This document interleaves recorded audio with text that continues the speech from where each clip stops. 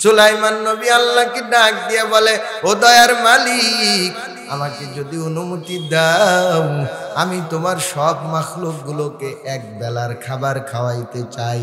আল্লাহ ডাক দিয়ে বলে, বন্ধু সুলাইমান, না না, এই কাজ তুমি কখনো করতে পারবা না, কারণ আমার এত এত এত প্রাণী আছে, যে প্রাণীর হিসাব তোমার মাথায় ধরবে না। সুলাইমান নবী ডাক দিয়ে বলে, না আল্লাহ, আপনার কাছে আমি এক বেলার অনুমতি চাই। তামাম দুনিয়ার বাদশা হলাম আমি, আমাকে আপনি তামাম দুনিয়ার বাদশা হিসাবে কবুল করেছেন, আমার মনে তাই চাই। আমি দীর্ঘদিন সময় নিয়া লক্ষাধিক শ্রমিক নিয়োগ দিয়া আপনার সব মাখলুকের জন্য এক বেলার খাবার তৈরি করব। আল্লাহ ডাক দিয়ে বললেন, পয়গম্বর, আমি জানি যদিও তুমি পারবা না, তারপরেও যেহেতু তুমি বারবার আমি আল্লাহকে বলতেছো, যাও তোমাকে অনুমতি দিলাম, এক বেলার খাবার তৈরি করো। পয়গম্বর সুলাইমান লম্বা টাইম নিয়ে লক্ষাধিক শ্রমিক নিয়ে খাবার তৈরি করলো। লম্বা টাইম পর বহুত খাবার তৈরি হয়ে গেল। আল্লাহ নবী সুলাইমান এবার আল্লাহকে ডাক দিয়ে বলেন, দয়ার আল্লাহ, আপনার মাখলুক গুলোকে দলে দলে পাঠায়া দেন, এইবার আমার খাবার তৈরি হয়ে গেছে। আল্লাহ ডাক দিয়ে বলে, সুলাইমান, আসলে কি তোমার খাবার তৈরি করা শেষ হয়েছে? আল্লাহ নবী সুলাইমান বলে, আল্লাহ হ্যাঁ, আমার প্রস্তুতি নেওয়া সব শেষ। আমার আল্লাহ ডাক দিয়ে বলে, সমুদ্রের মাছ, যাও আমার পয়গম্বর সুলাইমান সকল মাখলুকের জন্য যেই খাবারটা তৈরি করলো, তুমি তাড়াতাড়ি খাবারটা খাও। এই মাছটা সমুদ্র থেকে এসে পয়গম্বর সুলাইমানের লক্ষাধিক শ্রমিক নিয়ে লম্বা টাইম নিয়ে যেই খাবার তৈরি করছিলেন, ওই খাবারটা এক লোকমায় এক মাস খেয়ে শেষ করে ফেললো। মক্কার কাফির মুশরিক ডাক দিয়ে বলে, এ আবু জাহেল, ভালো করে শুনো, মুহাম্মদ, তাকে বাধা দেওয়ার মতো শক্তি তোমাদের নাই, কারণ মুহাম্মদ হলো কুরাইশ বংশের একটা সন্তান। মুহাম্মাদের যদিও বাপ নাই, মুহাম্মাদের যদিও দুনিয়াতে মা নাই, মুহাম্মাদের যদিও কেউ নাই আপন, তারপরেও মুহাম্মাদের শরীরের মধ্যে কুরাইশ বংশের রক্ত আছে। এই বংশকে আঘাত করার শক্তি পৃথিবীর মধ্যে কেউ রাখে না, কারণ সে কুরাইশ বংশের সন্তান। তাহলে কি করা যায়? বলে, মুহাম্মদকে শেষ করার জন্য বুদ্ধির বড় প্রয়োজন। বুদ্ধি নিতে যাও, মক্কা ছেড়ে মদিনায় চলে যাও। ওই মদিনায় যাওয়ার পর মদিনায় ইহুদিরা বসবাস করে, তাদের কাছে গিয়ে জিজ্ঞেস করো, ও ইহুদি ভাই, বলো তো মুহাম্মদ মক্কার মধ্যে ইসলামের বড় খেদমত করে, তাকে আমরা কোনোভাবেই বাধা দিয়ে আটকায় রাখতে পারি না। যেই তার কাছে যায়, কালেমা পড়ে তার ধর্মকে গ্রহণ করে নেয়, মুহাম্মদকে কি করে বাধা দিব? সে নতুন একটা ধর্মের আবির্ভাব করেছে, তার নাম ইসলাম। নতুন এক কিতাবের দাওয়াত দেয়, তার নাম কুরআন। ইহুদি ভাই, জানায় দাও, কি করলে ওই মুহাম্মদকে আমরা বাধা দিতে পারবো? ইহুদিরা ডাক দিয়ে বলে, ও মক্কার মুশরিকের দল, ভালো করে শুনো, আমরাও তাওরাতের মধ্যে পেয়েছি আখিরি জামানায় একজন পয়গম্বরের আবির্ভাব হবে, তার নাম হবে মুহাম্মদ, বাবার নাম হবে আব্দুল্লাহ। যদি কথাটা সত্য হয়, তাহলে ওই সন্তানকে বাধা দেওয়ার শক্তি দুনিয়ার আর কারো নাই। আমার আল্লাহ ডাক দিয়া বলে, ইন্না নাহনু নাযালনা যিকরা ওয়া ইন্না লাহু লাহাফিজুন।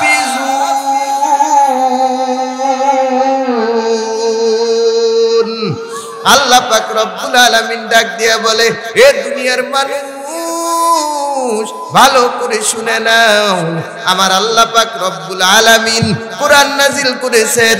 আমার আল্লাহ রব্বুল আলামিন দায়িত্ব নিয়েছেন এই কোরআনটাকে কিয়ামত পর্যন্ত আমার আল্লাহ হেফাজত করবেন। অতএব দুনিয়ার কেউ যেন এই চিন্তা টেনশন না করে এই কোরআন আমরা বন্ধ করে দিব, কোরআন চলতে দিব না। আল্লাহর কসম করে বলতে পারি, কোরআনকে আঘাত করতে যাইবা নমরুদ ফেরাউনের মতো ধ্বংস হইবা। কথা বলেন ঠিক কিনা? ইহুদিরা ডাক দিয়া বলে, আর যদি ছেলেটা মিথ্যাবাদী হয় বুদ্ধি একটা দিয়া দেই, যাও তাড়াতাড়ি যাও, মুহাম্মদকে গিয়া প্রশ্ন করো, এ মুহাম্মদ তুমি জানাও বনি ইসরাইল গোত্র থেকে ইহুদিরা সফর করে মদিনায় চলে আসছে, ওই সফরটার কারণ কি ছিল? ওই সফরটা কোন মাসে হয়েছিল, কোন সপ্তাহে হয়েছিল, ওই সফরটা কোন বছরে হয়েছিল? যদি মুহাম্মদ সত্য নবী হয়ে থাকে তাহলে তোমাদের এই প্রশ্নের জবাব দিতে পারবে, আর যদি মুহাম্মদ সত্য নবী না হয়ে থাকে এই প্রশ্নের জবাব সে আর দিতে পারবে না।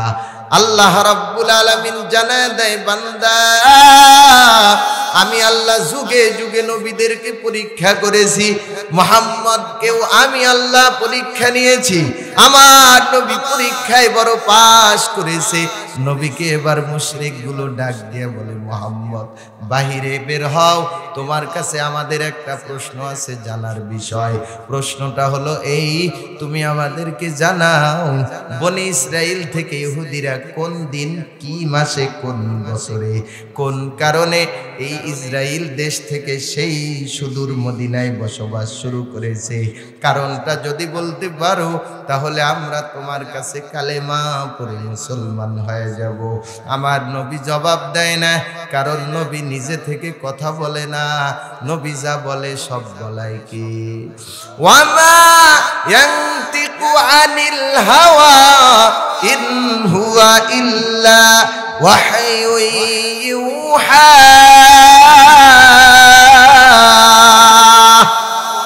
আরো জোরে বলেন আল্লাহু আকবার।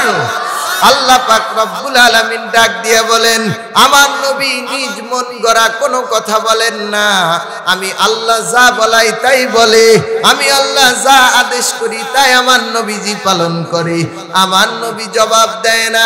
আল্লাহ ডাক দিয়ে বলে, হাবিব আপনার কোনো চিন্তা নাই, আপনার কোনো পেরেশানি নাই, আপনার কোনো চিন্তা করতে হবে না। মুশরিকরা আপনাকে ষড়যন্ত্র করতে চায়, আমি আল্লাহ জানায় দিলাম এই মুহূর্তে আপনার পক্ষ থেকে জবাব দেওয়ার জন্য, ওই মুশরিকগুলোকে আমি আল্লাহ জানানোর জন্য আপনার প্রশ্নের জবাব হিসাবে এই মুহূর্তে কোরআন শরীফের মধ্যে সূরা ইউসুফ আপনার প্রতি নাজিল করে দিলাম। তাফসীরের কিতাবের মধ্যে লেখা হয়, আমার নবী মুশরিকদের কেবলমাত্র সূরা ইউসুফ তেলাওয়াত করে জবাব দেওয়া শুরু করলেন, অমনিতেই মুশরিকগুলো বলে, এ পয়গম্বর আর আপনাকে বলতে হবে না, আপনি সত্যবাদী, আমাদের আর আপনার প্রতি কোনো সন্দেহ নাই, আমরা বিশ্বাস করলাম আপনি সত্য, আমরা হাত বাড়ায়া দিলাম, আপনি আমাদেরকে পড়ায়া দেন লা ইলাহা ইল্লাল্লাহু মুহাম্মাদুর রাসূলুল্লাহ। সকলেই বলেন সাল্লাল্লাহু আলাইহি ওয়াসাল্লাম। রাহমাতুল লিল আলামিন নবী, কোরআনে প্রমাণ, উম্মত বিনে কে বুঝিবে আমার দয়াল নবীর শান। জোরে কান মারহাবা। তো সবাই বলেন রাহমাতুল লিল আলামিন নবী, কোরআনে প্রমাণ, উম্মত বিনে কে বুঝিবে আমার দয়াল। কয় না কা, গান করার সময় তো খুব মনে থাকে, কথা কয় না কা, কিন্তু নবীর শান বলার লোক নাই, কথা কয় না। গান বলতে বললে ভালো লাগে, বলে হুজুর আরো কন, কিন্তু নবীর শান বললে অনেক সওয়াব আছে। মারহাবা কর। এজন্য বলেন রহমাতুল লিল আলামিন নবী, কোরআনে প্রমাণ। উম্মত বিনে কে বুঝিবে আমার দয়াল নবীর শান। নবী আমার মদিনারি বুলবুল,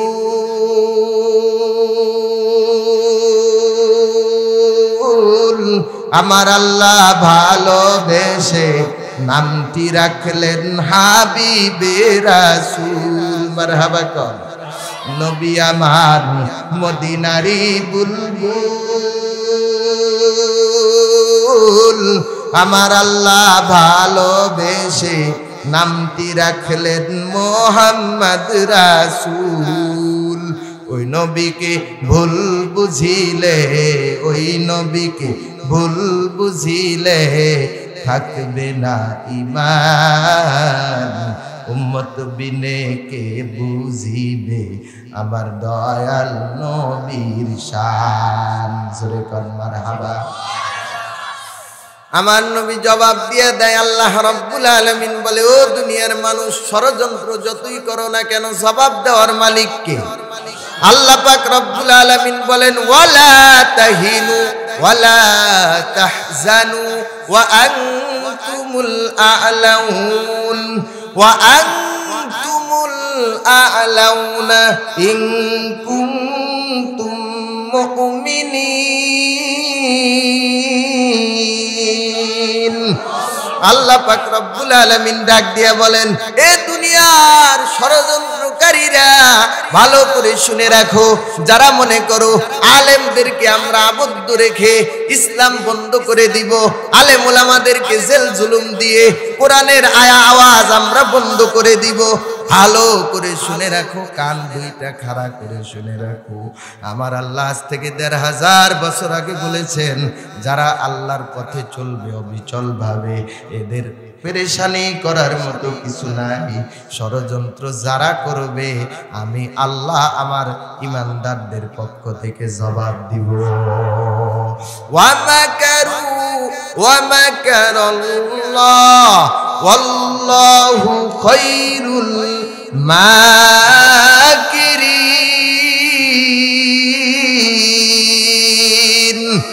আল্লাহ পাক রব্বুল আলামিন বলে, জবাব আমি আল্লাহ দিব। ও বান্দা, তোমার পেরেশানি নাই। এবার আসেন, আল্লাহ পাক রব্বুল আলামিন এই সূরা ইউসুফের মধ্যে কি জানাইলেন? আমার নবীকে আমার আল্লাহ পাক রব্বুল আলামিন ডাক দিয়ে বলেন, পয়গম্বর, আপনি ভালো করে শুনেন, আমি আল্লাহ আপনাকে জানাই দিলাম, ইয়াকুব নামে একজন পয়গম্বর ছিল, তার সন্তান ছিল সর্বমোট 12টা। জোরে বলেন কয়টা? আরো জোরে কন। এখন তো ডিজিটাল যুগ হয়ে গেছে, কয় একটার বেশি নয়, 2টা হলে ভালো হয়। কথা কয় নাকি? নবী আমার বলেন, ওই মেয়েকে বিবাহ করো। তাজাওয়াজু আল ওয়াদুদ ওয়াল ওয়ালুদ ফা ইন্নী মুকাসিরুম বিল উমাম ইয়াউমাল কিয়ামাহ। হে আমার উম্মতিরা, ভালো করে শুনো। ও পর্দার আড়ালের মা, ও কাজীপুরার মা, এ যুবক ভাই, এ মুরব্বী বাবা, ভালো করে শুনো। আমার নবীর থিওরি হলো, নবী আমার ডাক দিয়া বলেন, তোমরা ওই মেয়েকে বিবাহ করো যেই মেয়েটা বেশি বেশি সন্তান ধারণ করার ক্ষমতা রাখে। বলে, বিয়ে তো করলাম না, কেমনে বুঝবো মেয়েটার সন্তান বেশি হবে, সন্তান ধারণ ক্ষমতাটা বেশি?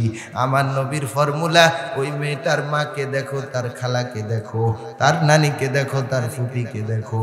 যদি দেখো এদের সন্তান অনেক অনেক হয়, তাহলে বুঝতে হবে এই সন্তানটার অনেক সন্তান হবে।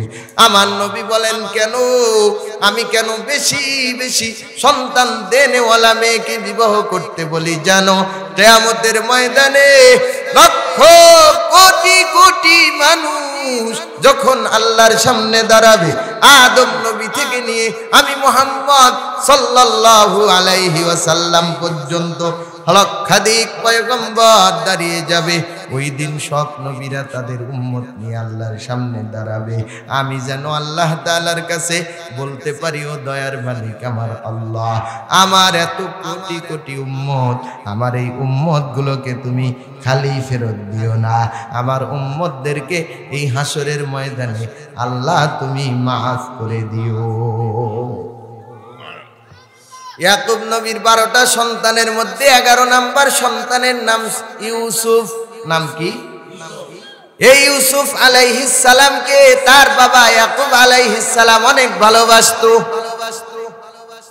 বাকি 10টা ভাই, তাদের মনের মধ্যে হিংসা শুরু হয়ে গেল। কি ব্যাপার, বাবার তো আমরাও সন্তান, ইউসুফও সন্তান, কিন্তু আমাদের বাবা ইউসুফকে এত বেশি মহব্বত কেন করে?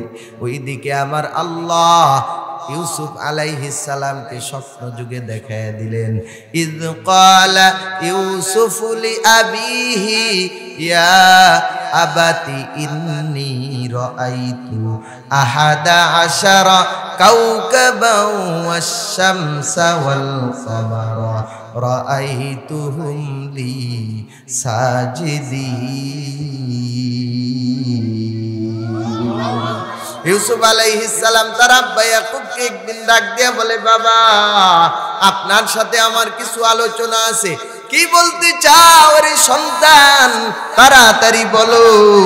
ইউসুফ আলাইহিস সালাম গভীর রাত্রিতে ডাক দিয়া বলেন, বাবা আমি রাত্রিবেলায় স্বপ্নে দেখলাম আকাশের 11টি চাঁদ আর তারা আমি ইউসুফকে সেজদা করে। আব্বা আমি বুঝতে পারলাম না এই স্বপ্নটা কেন আমি দেখলাম। ইয়াকুব তিনিও একজন পয়গম্বর, তিনি বললেন, বাবা তুমি স্বপ্ন যেভাবে দেখেছো আমার আল্লাহ ঠিক সেইভাবে তোমাকে কবুল করবেন। ওয়াকাযালিকা ইয়াজতাবিকা রাব্বুকা। 1 নাম্বার ইয়াকুব পয়গম্বর বললেন, বাবা ইউসুফ ভালো করে শুনো, তুমি যে স্বপ্ন দেখেছো এই স্বপ্নটা অবশ্যই সত্য হবে।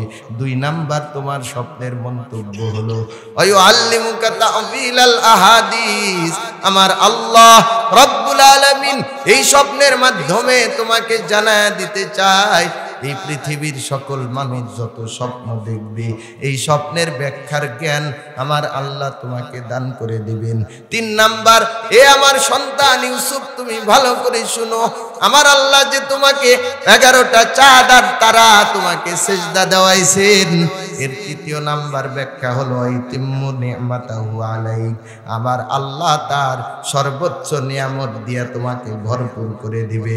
মুফাসসিরিনে কেরাম লেখেন নিয়ামত দিয়ে ভরপুর করে দিবে, তার মানেটা হলো আমার আল্লাহ অদূর ভবিষ্যতে ইউসুফকে তামাম দুনিয়ার জন্য নবী হিসাবে কবুল করে নেবে।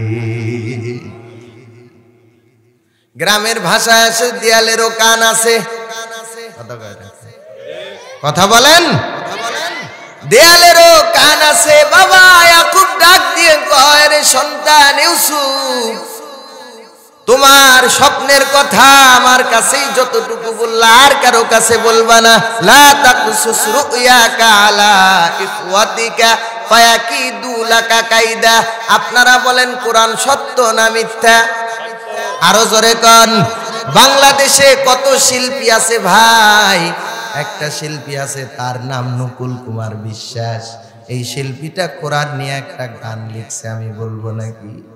যদি আগুন লেগে ধ্বংস হয় পৃথিবীর সব বইয়ের দোকান, তবু বিশ্ব থেকে হারাবে না পবিত্র কোরআন। কেমন করে করবে ধ্বংস আগুনেরই তেজ, আছে বিশ্ব ভরা লক্ষ কোটি কোরআনের হাফেজ। রে কোন মারহাবা। কেমন করে করবে ধ্বংস আগুনেরই তেজ, আছে বিশ্ব ভরা লক্ষ কোটি কোরআনের হাফেজ। কারাবার সাপি আসমানি গ্রন্থ রাখবে ইসলামের মান, তবু বিশ্ব থেকে হারাবে না পবিত্র কোরআন। জোরে কোন ঠিক কিনা? অতএব মনে রাখতে হবে বাংলাদেশের মধ্যে যেই সমস্ত ক্ষমতাসীনরা আমাদের কোরআনের পাখিকে যুগের পরে যুগ কারারুদ্ধ করে মৃত্যু পর্যন্ত বাধ্য করেছে, আমরা বলে দিতে চাই এক পাখিকে মৃত্যুদণ্ড দিয়ে বাংলার জমিন থেকে কোরআন বন্ধ করা সম্ভব হবে না। কথা বলেন ঠিক কিনা? 70 ফিট মাটির নিচ থেকে তুলে হলেও বাংলাদেশে এগুলোর বিচার একদিন আদালত কায়েম করা হবে। কারা কারা রাজি আছেন দুহাত প্রসারিত করে আল্লাহকে দেখা দেন। নারায়ে তাকবীর, লিল্লাহে তাকবীর। আল কোরআনের আলো, সংসদে জালো, নারায়ে তাকবীর। ভয় করেন? ভয় করি কাকে? আল্লাহকে ছাড়া কাউকে ভয় করার টাইম। আমার বন্ধুরা, আমরা বলি দেয়ালেরও কি আছে? বাবার সন্তানের মধ্যে এই কথাগুলো বলতেছিল যখন, দেয়ালের অপর পৃষ্ঠ থেকে সবগুলো কথা এই 10 সন্তানের কোন এক সন্তানের স্ত্রী শুনে ফেলেছিল। তখন কাজ শেষে 10 সন্তান যখন বাড়িতে ফিরল, এই মেয়েটা তখন ডাক দিয়ে বলে, আজকে খাবারের পূর্বে তোমাদের সাথে একটা কথা আছে। কি কথা? বলে, তোমাদের তো বাড়ি সম্পর্কে তেমন কোনো ধারণা নাই। বাড়িতে ঘটে গেছে নতুন একটা ঘটনা, যে সম্পর্কে তোমরা এখনো কিছু জানো না। তবে তোমরা শোনো, ইউসুফ নাকি স্বপ্নে দেখেছে আকাশের 11টি চাঁদ আর তারা ইউসুফকে সিজদা করে। তো ইউসুফকে বাদ দিলে 12 ভাইয়ের মধ্যে থেকে তোমরা তো 11টা ভাই থাকো। তাহলে বোঝা গেল আগামীতে এই দেশের প্রধানমন্ত্রী হবে ইউসুফ, আর তোমরা 11 ভাই হইবা ইউসুফের প্রজা। এটাকে যদি তোমরা মেনে নাও তাহলে চুপ থাকো, আর যদি মেনে না নিতে চাও ইউসুফকে কি করবা সিদ্ধান্ত তোমাদের হাতে। আপনারা বলেন, দুনিয়াতে যা কিছু হয় সকল সিদ্ধান্ত দেওয়ার মালিক কে? মানুষের অধিকার বন্ধ করে দিয়ে ফেরাউন টিকতে পারে নাই, মানুষের সঠিক অধিকার কেড়ে নিয়ে নমরুদ টিকতে পারে নাই। আজও পর্যন্ত বাংলার জমিনের 30 লক্ষ শহীদের রক্তের সাথে যারা দুর্নীতি করতেছে, এদের অস্তিত্বেও অচিরেই বাংলাদেশ থেকে মুহূর্তের মধ্যে শেষ হয়ে যাবে। আমার বন্ধুরা, কারো অধিকার নিয়ে খেলার অধিকার কারো। আমার বন্ধুরা, এদেশে কত কিছু হইতেছে আমরা দেখতেছি। ডিজিটাল দুনিয়া, যত দোষ সব হুজুরগিরি। কথা কয় না? মনে হয় তারা ফেরেশতা। হুজুরদের দোষ এত বেশি, জোরে হাঁটলে বলে কই যে দাওয়াত পাইছি। কথা কয় না? আর যদি ধীরে হাঁটা যায়, হায় রে হুজুর খাইছে। কথা কয় না কে? আমি বলি, আরে ভাই, জোরে হাঁটলেও কও অনেক যাইব, ধীরে হাঁটলেও কও কত খাইছে। তাহলে আমরা করবো কি? আমরা কোনে যাবো, কার কাছে যাব? আমরা চিন্তা করি, এটা তো দুনিয়ার আদালত। আল্লাহ কোরআন শরীফের মধ্যে বলছেন, দুনিয়াতে এমন কোন নবী নাই যেই নবীদের সাথে তারা টিটকারি করে নাই। অতএব আলেমরা হলো নবীদের ওয়ারিস, আলেমদের সাথেও টিটকারি করা হবে। তবে আমরা দুনিয়ার কাউকে ভয় করি না, করবও না। জেল জুলুম হত্যা ফাঁসির মঞ্চেও আমরা আল কোরআন কায়েমের জন্য যদি কখনো সময় হয় রক্ত দিতে পারি, কখনো সময় হয় জীবন দিতে পারি, তবুও বাতিলের সামনে মাথা নত করব না। যেইভাবে নবী রাসূল পৃথিবী থেকে বিদায় নিয়ে গেছে শহীদের তামান্না নিয়ে, আমরাও সেইভাবে বিদায় নিতে চাই। তবুও বাতিল পন্থীদেরকে আমরা কখনো মেনে নিতে পারবো না। আমার বন্ধুরা, আমরা এই জন্য নো টেনশনে চলি। দেখেন না হুজুরদের কয় টাকার বেতন, চলার মোশান কি, টুপির দাম 150 টাকা, জুতার দাম 1500 টাকা, জামার গজের কাপড়ের দাম 400 টাকা। হিসাব করলে দেখা যায় তার পরনের পোশাকটা 2 মাসের বেতন। কথা কন না কে? রাগ করতেছেন আপনারা? আমার বন্ধুরা, চালাইকে ওয়ামা মিন দাব্বাতিন ফিল আরদি ইল্লা আলাল্লাহি রিজকুহা।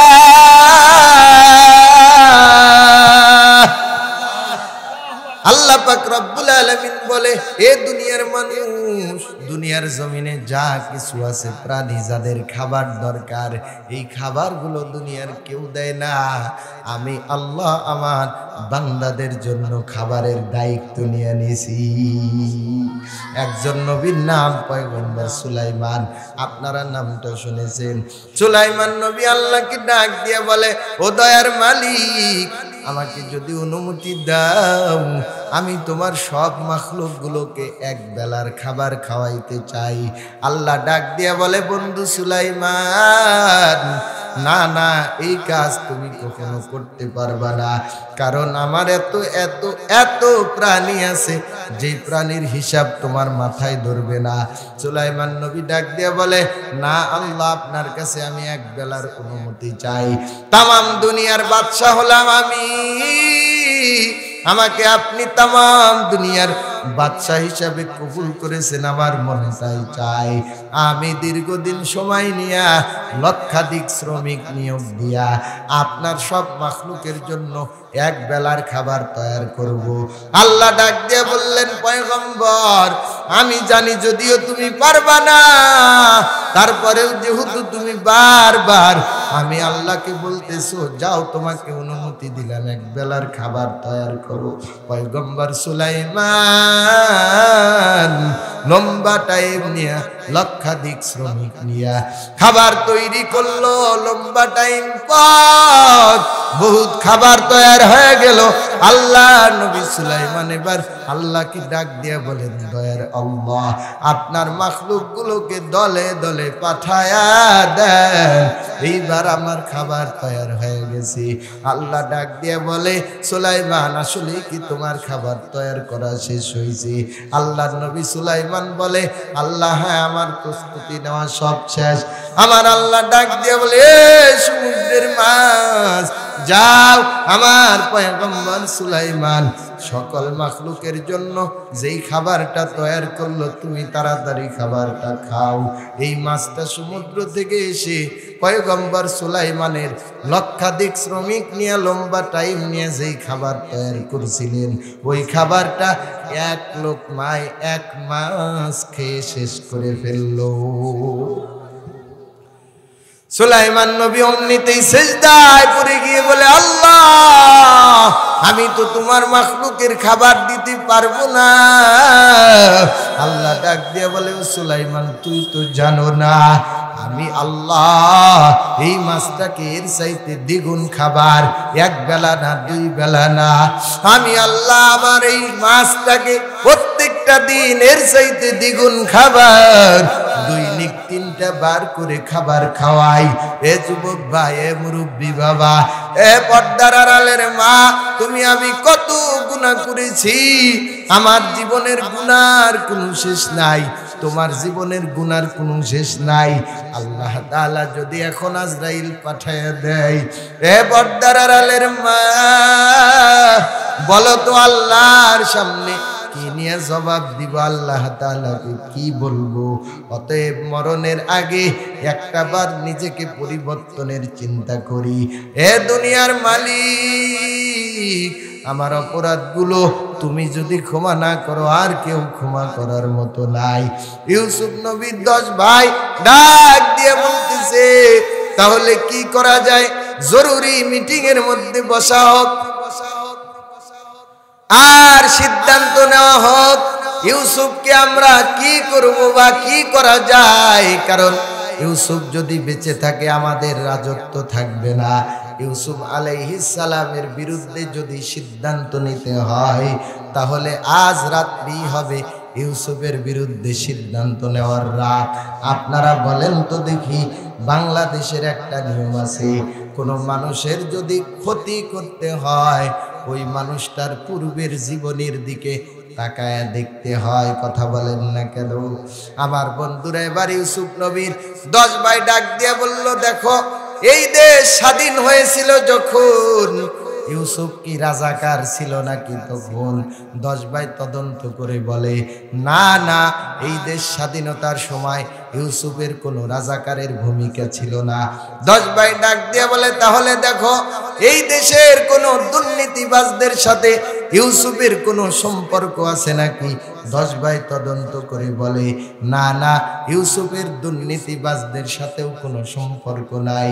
10 ভাই এবার ডাক দেয়া বলে তাহলে দেখো নিচতলার বালিশ 2 তলায় উঠাইতে পার পিছে 10,000 টাকা খরচ করলো যারা, ইউসুফের লোক ছিল নাকি তারা? 10 ভাই তদন্ত করে বলল না না, এই লোকগুলো ইউসুফের ছিল না। 10 ভাই বলে তাহলে শুনো, এই দেশের স্বাধীনতা বিরোধী কোন লোক ইউসুফ নয়, দুর্নীতিবাজ লোক ইউসুফ নয়, এই দেশের কোন চরিত্রহীনতার নামের সাথেও ইউসুফের কোনো নাম নাই। এরপরেও আমরা ইউসুফকে দুনিয়া থেকে শেষ করব, তার কারণ হলো ইউসুফ বেঁচে থাকলে এই দেশের প্রধানমন্ত্রী হবে। অতএব এটা মানতে পারল না যারা, ইউসুফের বিরুদ্ধে ষড়যন্ত্র শুরু করে দিল তারা। কথা বলেন ঠিক কিনা? আজ বাংলাদেশেও এইটা শুরু হয়েছে। তারা দেখেছে আমরা লক্ষ লক্ষ টাকা খরচ করে মঞ্চ করে পার পিছে 100-200 টাকা দিয়েও বয়ান শেষে প্রধান বক্তার সময় আমাদের মঞ্চে মানুষ পাই না, কিন্তু এই দেশের আলেম ওলামারা মঞ্চে কথা বলে লক্ষ লক্ষ মানুষ জমায়েত হয়। মরহুম আল্লামা সাইদি রহমতুল্লাহ আলাইহি কোন ময়দানে